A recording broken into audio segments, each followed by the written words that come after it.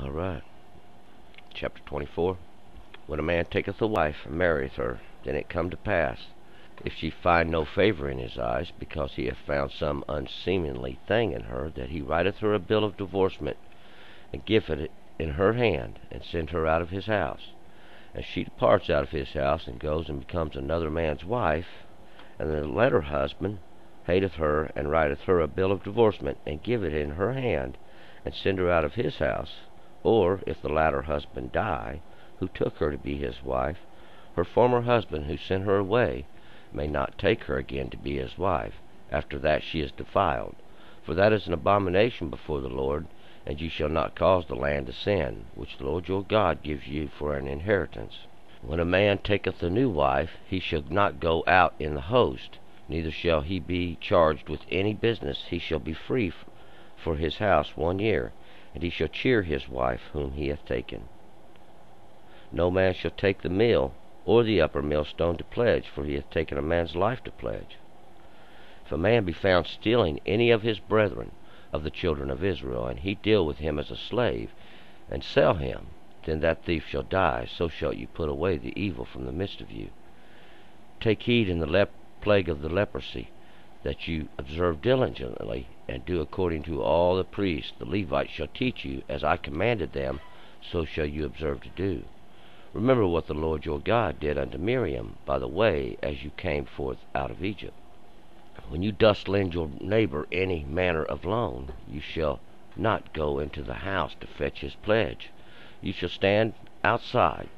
You shall stand without, and the man to whom you dost lend shall bring forth the pledge without unto you. And if he be poor man, you shall not sleep with his pledge. You shall surely restore to him the pledge when the sun goes down, that he may sleep in his garment, and bless you, and it shall be righteous unto you before the Lord your God. You shall not oppress a hired servant that is poor and needy, neither whether he be of the brethren or of your strangers that are in your land within your gates. In the same day you shall give him his hire, neither shall the sun go down upon it, for he is poor, and setteth his heart upon it, lest he cry against you unto the Lord, and it be sin in you. The fathers shall not be put to death for the children, neither shall the children be put to death for the fathers. Every man shall be put to death for his own sin. You shall not pervert the justice due to the stranger or to the fatherless, nor take the widow's raiment to pledge. But you shall remember that you wast a bondman in Egypt, and the Lord your God redeemed you from there. Therefore I command you to do this thing. When you reapest your harvest in the field, and hast forgot a sheaf in the field, you shall not go back to fetch it. It shall be for a stranger, for the fatherless, for the widow, for the Lord your God may bless you in all your work of your hands. When you beatest your olive tree, you shall not go over the boughs again. It shall be for the stranger, for the fatherless, and for the widow. When you gatherest the grapes of the vineyard, you shall not glean it after you. It shall be for the stranger, and for the fatherless, and for the widow. And you shall remember that you was a bondman in the land of Egypt. Therefore I command you to do this thing. Verse 1. When a man takes his wife, makes her, and marries her, then it comes to pass, if she find no favor in his eyes, because he has found some unseemly thing in her, that he writes her a bill of divorcement, and gives it in her hand, and sends her out of his house. And she departs out of his house, and goes and becomes another man's wife. And the second husband hates her, and he writes her a bill of divorcement, and sends her out of his house. Or the second husband dies, who took her to be his wife. Verse 4. The first husband, who sent her away, may not take her again to be his wife. After that she is defiled. For that is an abomination before the Lord, and you shall not cause the land to sin, which the Lord your God gives you an inheritance. Well, what we find is the man got married. Him and his wife got divorced. She went and married someone else. He either died or divorced her. The first husband cannot remarry her. God says this is a sin. She's trying to come back and return to him. God said, don't do this thing. It's a sin. There's a higher understanding in this if you look for it. Now, verse 5, when a man takes a new wife, he shall not go out into the host, neither shall he be charged with any business. He shall be free for his house 1 year, and shall cheer his wife whom he has taken. We don't do things like this today, but it sure would be nice. We're talking about a couple that just got married. You can't make him go out in the army and fight, because he gets to stay home for 1 year free. Now he's still got to make a living and earn his keep. You see what I mean? But you can't force him to go out and fight, and force him any other duty that might take him away from his house. No man shall take the mill, verse 6. No man shall take the mill or the upper millstone to pledge, for it takes a man's life to pledge. In other words, it doesn't matter if you own this mill or you own this millstone. This has come community property just purely out of the need for it. This is probably one of the first places that we can really see the government extending its hand into personal life, because here we're talking about eminent domain. See, we're talking about your property has become so important to the public, the community, that it's no longer yours. God's saying you can't mortgage that where you could lose it. They'd shut it down, and where's everybody going to grind their grain, and where's everybody going to come? See, you become so important now that your task is belongs to everybody. If a man be found stealing any of his brothers of the children of Israel, and he deal with him as a slave and sell him, then the thief shall die. So shall you put away the evil out of the midst of you. We're talking about kidnapping and slavery here, some kind of slave trade. This is wrong. God says it's wrong. We don't do that today. It goes on, but not with the blessing of the law. They punish these people harshly, maybe not as harshly as they should, according to this verse. Verse 8. Take heed in the plague of leprosy, that you observe diligently to do according to all the priests. The Levites shall teach you as I command them, so shall you observe to do. And remember what the Lord your God did unto Miriam by the way as you came forth out of Egypt. So this is where Miriam spoke against Moses, and the Lord laid the plague of leprosy on her. Priests are commanded and was told, and it's in the book, in the covenant, part of the covenant that was made in Horeb, the teachings of the leper, how Moses and God told Aaron how to deal with this, and the law was laid out clearly. We'll get to that in another book. When you dost lend your neighbor any manner of loan, you shall not go into the house to fetch his pledge. This pledge would be the collateral he's given you to secure a loan. It's saying here you can't allowed to go in his house to get it. Verse 11, you shall stand outside, and the man to whom you dost lend shall bring forth the pledge outside unto you. See, in verse 12, and if he's poor, you shall not sleep with his pledge.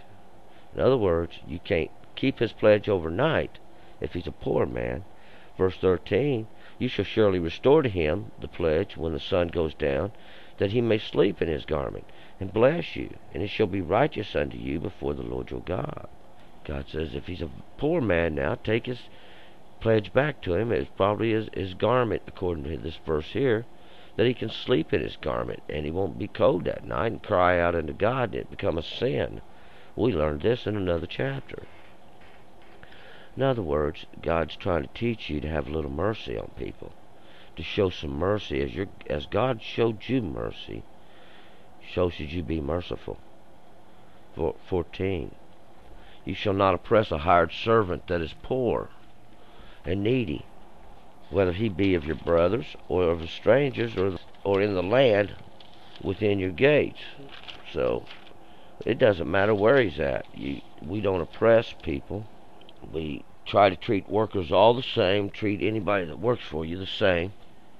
It doesn't matter who they are, where they come from, or what language they speak, what color is their skin. Everybody's the same in the eyes of God, see. We don't oppress people. Why? Well, you were once oppressed by this world.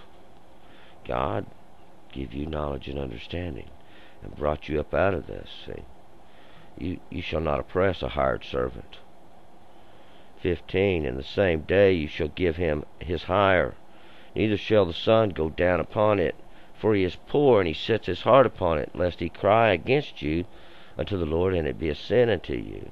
And what God's saying is, This man's, he's poor. He ain't like the person that owns the business here who he's working for. See, he's got his eyes set on this money that he's earning today, his heart, and he needs it. And if he doesn't get it, he may cry unto the Lord and say, "Where shall I eat now, Lord?" See, God give him the work.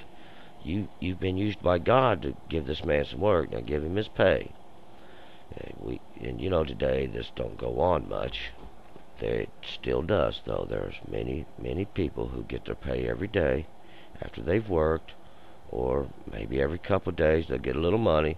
A lot of employers still give workers money when they need it through the week. Now, there's some big companies that don't, but you know, when you mess with them big guys, this is what you're going to get. The father shall not put to death. 16. The father shall not be put to death for the children, neither shall the children be put to death for the fathers. Every man shall be put to death for his own sin. And here we'll find out in the prophets, this verse right here becomes very important, see. For every man shall be put to death for his own sin. And God's going to make sure you understand this later on in the book. And he says, the soul that sins, that soul shall die. The soul that turns from his sin, that soul shall live. And it all comes from this verse right here, as well as the children's teeth being set on edge. See why? Well, they're not responsible for their father's sin. Neither is the father responsible for the sin of his son, see, or the mother responsible for the daughter. See? No, it don't work like that. We're all responsible for ourselves. We all know the law of God. We've been taught the law of God. We understand the commandments. We're responsible for our own self. And when you sin, you fall into death immediately. Nobody can help you. Nobody can take that responsibility. See, you've done it to yourself. You'll have to repent, turn from your sin, and sin no more. You shall not pervert justice. Verse 17. You shall not pervert the justice due to the stranger or to the fatherless, or take the widow's raiment to pledge. And what God's saying here, you know the law of the tithes. Every 3 years you're supposed to give your increase unto the fatherless, the widow, to the stranger, to the Levi, the sojourners in your gate. See? And when you don't do this, you're perverting the justice. You're perverting what's rightfully theirs, see? You're not paying your tithes according. You're robbing these people. These people are actually getting robbed. Of course, today we have a welfare system in our country. But first thing everybody starts doing is griping about how this welfare goes out to these people. See? They want to gripe about everybody on welfare. But then again, everybody on welfare should be trying their hardest to get off of it, doing their part as well. And many are. See? You can't blame everybody because of mistakes of one. We just learned that, see? And you can't blame one person for the mistakes of everybody. That's just the way it works. Everybody's for their own mistake. You can't blame the whole country for one person's mistake. 18, you shall remember that you was a bondman in Egypt, and the Lord your God redeemed you from there. Therefore I command you to do this thing. Why? God brought you unto understanding. Do this thing. 19. When you reap your harvest in your field, and have got a sheaf in the field, and you shall not go back to fetch it, it shall be for the stranger, for the fatherless, and for the widow, that the Lord your God may bless you in all the work of your hands. What's he saying here? Yeah, when you're loading the old wagon, you're gathering in the sheaves, and you're loading the wagon, and you look back and you see one out there in the field, don't run out there and grab it. Leave it there. The stranger's it was left there for somebody else, see? It's there for the stranger, the fatherless, or the widow. That's why it's still standing out there. Just leave it there. They'll be by to get it shortly. When you beat your olive tree, you shall not go over the boughs again. It shall be for the stranger, and for the fatherless, and for the widow. What's God trying to teach you? He's going to do it. He's saying it over and over again here. Same thing. It's there for a reason. These few grapes you've missed, these few clumps here and there, see, that's for a reason. Leave it there. They'll be by to get it later. When you gather the grapes of the vineyard, you shall not glean after you. It shall be for the stranger, for the fatherless, and for the widow. I think God's trying to really point out that we should be taking care of the stranger, the fatherless, and the widow here. And you shall remember, you was a bondman in the land of Egypt. Therefore I command you to do this thing. Well, of course we know there's a much higher understanding. We ain't going to go into that at this time, though. There's those that know what I'm talking about, and God's been dealing with it for a while. You know, sometimes in this old world we get busy in our own life, and we forget about those that are less fortunate than us. And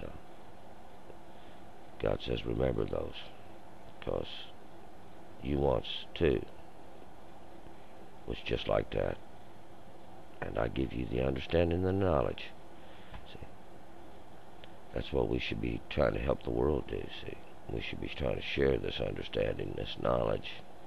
Let's help lift us up, has got us into a land where we don't have these problems, see, God. And if you're not there, you keep following God. You keep doing according to the law. You stay in His understanding, and you're going to get there. You're going to get there.